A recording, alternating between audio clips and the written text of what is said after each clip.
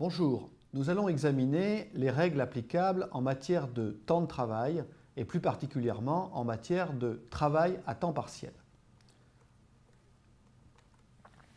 Le travail à temps partiel est régi au niveau européen par une directive et cette directive a pour originalité de découler en fait d'un accord qui a été signé entre les partenaires sociaux européens. Donc l'accord conclu entre les acteurs sociaux européens constitue le texte de la directive.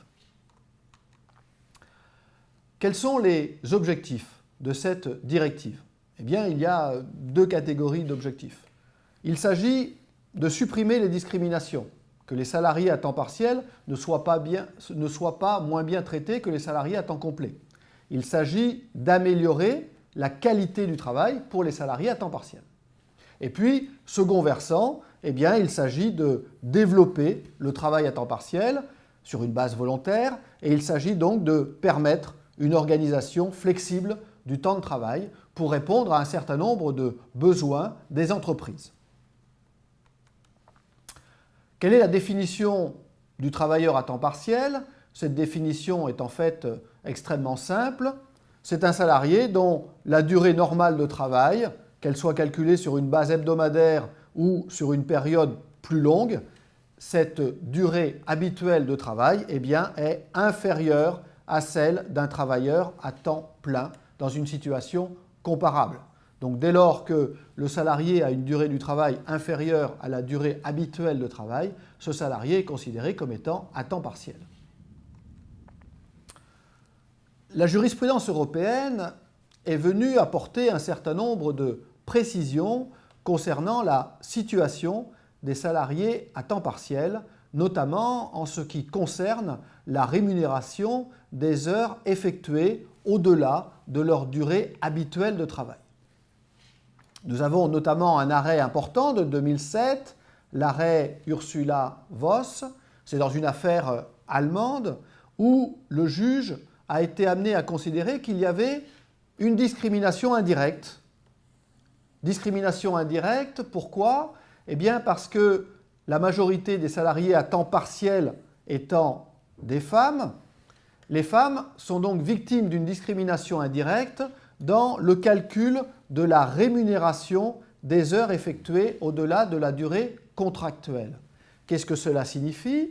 Cela signifie que dans cette affaire allemande, le juge note que quand le salarié à temps complet effectue des heures au-delà de sa durée du travail habituelle, ces heures sont mieux majorées, mieux payées, mieux rémunérées que quand une salariée à temps partiel effectue des heures au-delà de sa durée habituelle de travail.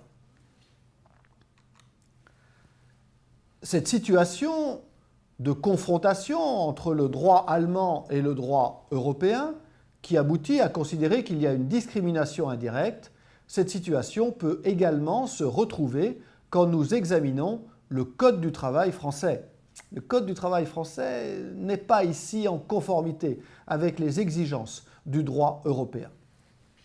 Que nous dit le Code du travail français? Eh bien, il nous dit qu'en matière de majoration des heures complémentaires, les salariés ont droit à une majoration d'heures à 10% et ensuite, les salariés ont droit à une majoration d'heures à 25%.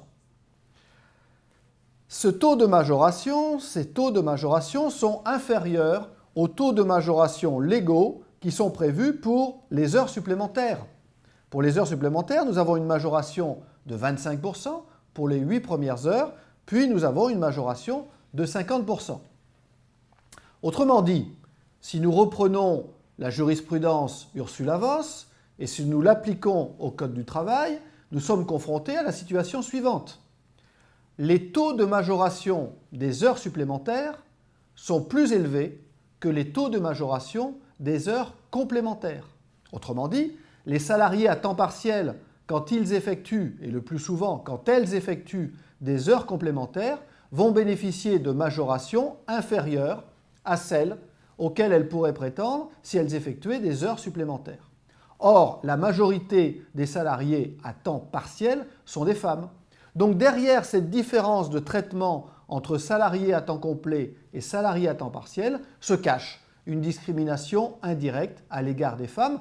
Discrimination indirecte qui peut ne pas être du tout volontaire, mais c'est le résultat qui compte, ce sont les effets qui comptent. Le Code du travail produit de la discrimination indirecte. Cette situation se retrouve en particulier dans un certain nombre de branches d'activité où des conventions collectives nationales peuvent prévoir des avenants individuels aux contrats à temps partiel. Ces conventions collectives peuvent prévoir que des salariés vont signer au cours de l'année un certain nombre d'avenants.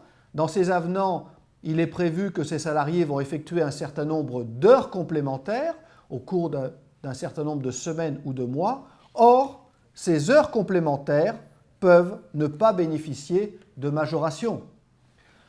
Le fait de prévoir que ces heures complémentaires peuvent ne pas être majorées constitue là encore une discrimination indirecte, puisque cette possibilité n'est pas prévue concernant les heures supplémentaires. Les heures supplémentaires doivent toujours être payées avec une majoration.